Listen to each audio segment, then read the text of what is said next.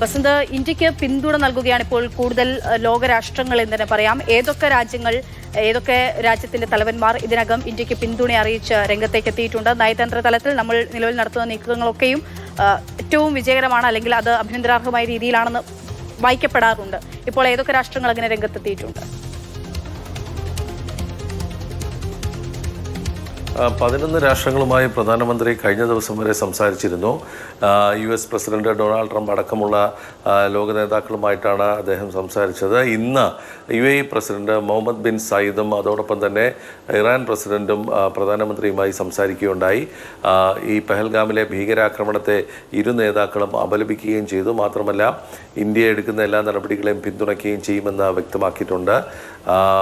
പ്രധാനമന്ത്രി നരേന്ദ്രമോദിയാകട്ടെ ഈ ഹീനകൃത്യത്തിന് ഉത്തരവാദികളായവരെയും അതിന് പിന്നിൽ നിന്ന് പ്രവർത്തിച്ചവരെയും നീതിക്ക് മുന്നിൽ കൊണ്ടുവരുമെന്ന മറുപടിയാണ് ഇരു നേതാക്കൾക്ക് നൽകിയിട്ടുള്ളത്.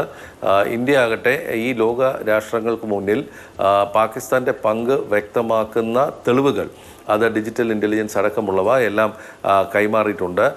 ഇതാണ് കഴിഞ്ഞ 2-3 ദിവസമായി വിദേശ മന്ത്രാലയത്തിൽ വിവിധ രാഷ്ട്രങ്ങളുടെ പ്രതിനിധികളുമായി വിദേശ സെക്രട്ടറി വിക്രം മിശ്രയും സംസാരിക്കുന്ന ഒരു സാഹചര്യമുണ്ട്.